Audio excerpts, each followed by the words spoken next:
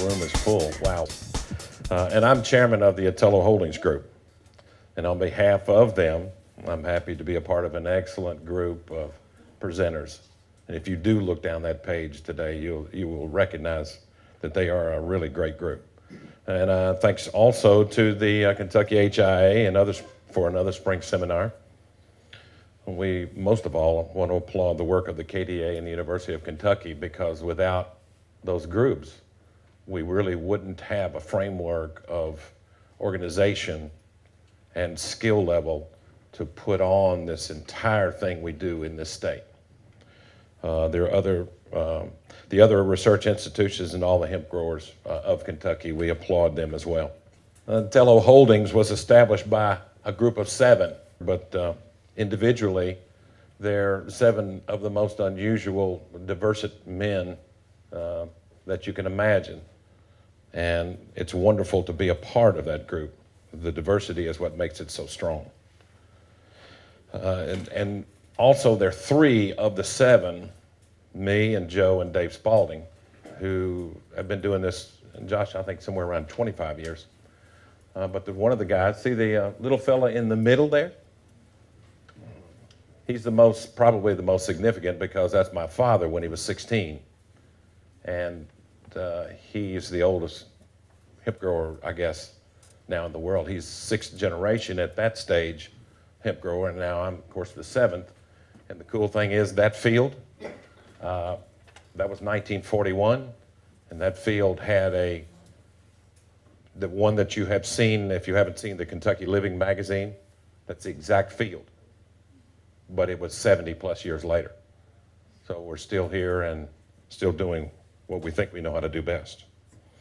So the goal of this company and its members is to try and help the growers of the state to be the hemp capital of the world all over again. We used to be, and we want to get back to that.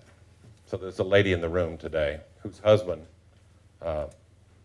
Lucy Breathitt, about 18 years ago this month, we met at Stanley Demas's restaurant. I said, Dad, we need some way to help this state move forward. So we need some credible people to stand up and be brave enough to support what we're doing here, because you all don't have any idea what it was like back then. So let me help you a minute. So we called Louis Nunn, we called Ned Breathitt, we called Martha Lane Collins, all of them that were living at the time. Wallace Wilkinson, Wendell Ford. Wendell Ford couldn't come, but all of them were willing to show up at that restaurant. There's a picture in the Lexington Herald Leader of everyone standing up. And all of those people who were significant to this state and leadership supported that idea that day.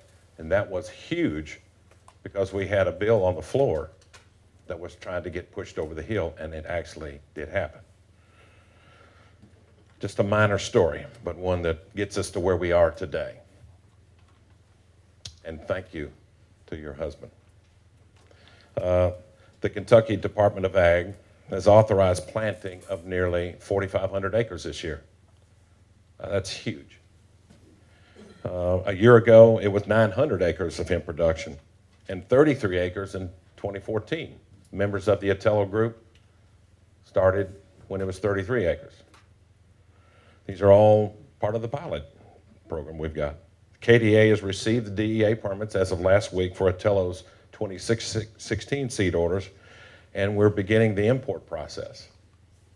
We are importing 24,000 plus pounds of seed. We actually have some already on hand to serve our 65 plus growers and plant 2,704 acres. It's a big responsibility, but this thing is really growing by leaps and bounds.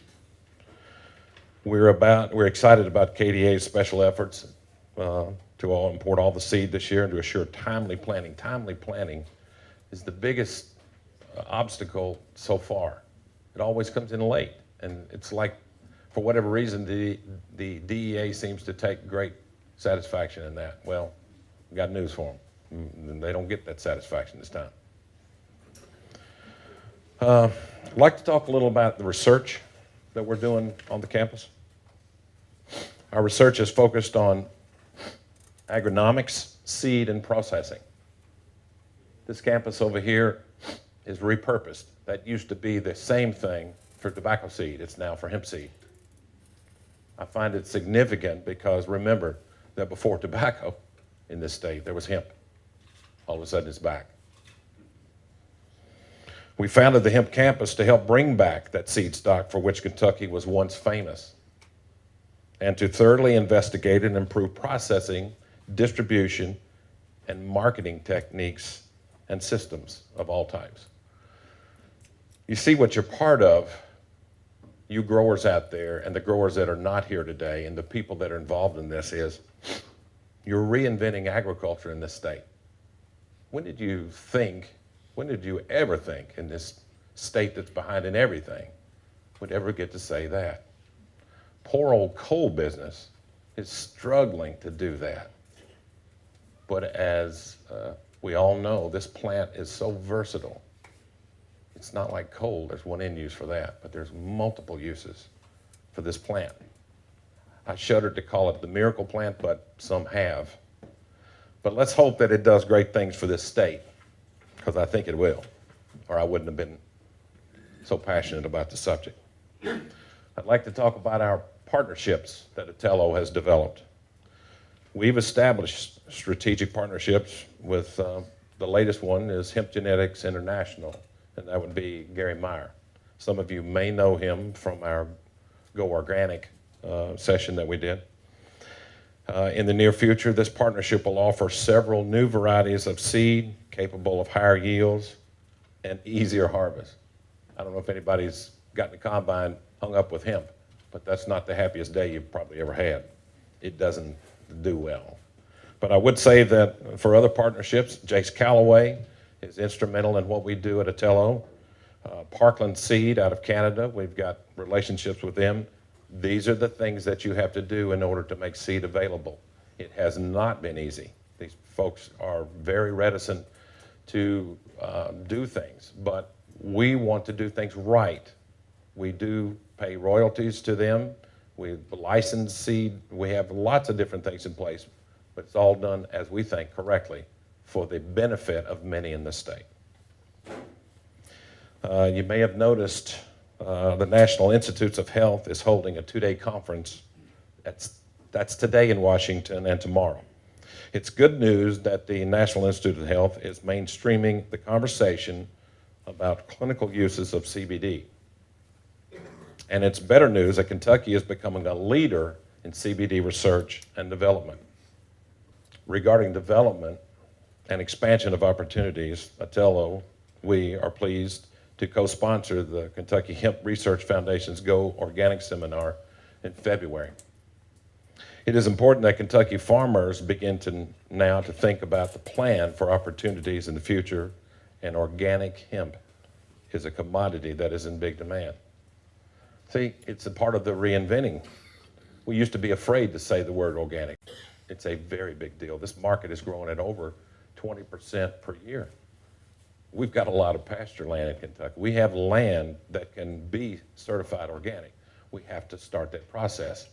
And when we open the door at our little seminar over there on Go Organic, I could not believe the interest. It's more than wonderful to see. It's a paradigm shift in the thinking in this state, which we have needed for so long. We used to only get a group like this together for talk about tobacco. And now we talk about hemp, and the crowds grow and grow and grow. Processing and marketing. We're looking forward to the commercialization, because that is the entire intent here, to bring it to a level where we speak about it as commodity. Atalo's processing facilities are coming online in 2016. We did win a Kentucky Ag Development Fund grant that allowed us to buy a lot of equipment to process the seed itself. And we'll be developing meaningful data on processing and marketing in 2016. We continue to open pathways to market. For instance, the Go Organic Seminar, we received commitment from John Rulak at Nutiva and Dave Bronner from Bronner's Magic Soap to purchase Kentucky's organic hemp seed crop. See, we got people standing in line for a product which we haven't had agriculturally in this state in my lifetime. Tobacco was a highly sought after crop, but you still had to get out there and try to push it around to get it sold. We're selling healthy stuff now, not hurtful stuff. Finally, 2016, we plan to run marketing trials for our own Kentucky Proud CBD and hemp food products. We'll begin packaging and marketing tests on a line of CBD products and a line of hemp food products we call Jake's Best. This is a big deal for me because, remember, he got me into this. And in his life, he's been involved in agriculture, all of it. He was one of those guys that was standing out front talking about goats in the 60s and selling goat milk, talking about watercress. But this is the guy. What better tribute or salute to somebody like that, even if he is my dad, than to bring this kind of healthy product from our state to the world. We're really excited about it, and for him, what could be better? I mean, I can't think of anything better. He's 90 years old and going to celebrate his 70th wedding anniversary this 2016.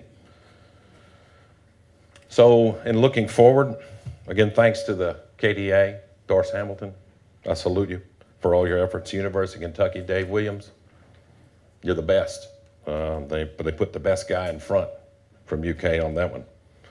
And thanks to all the Kentucky growers, some in the room, some not in the room. They're on the cutting edge. It's a steep learning curve, and they're putting themselves out there, and it's risky. We're helping as best we can with production techniques, seed varieties, processing, we're offering that, and potential products that could be brought to the market quickly. It's so exciting from where I started with this to be here today. And here again, we are all working diligently, the best we can, to make sure that you understand that we want this to be, once again, the heart of hemp country. Thank you very much. Glad to be here.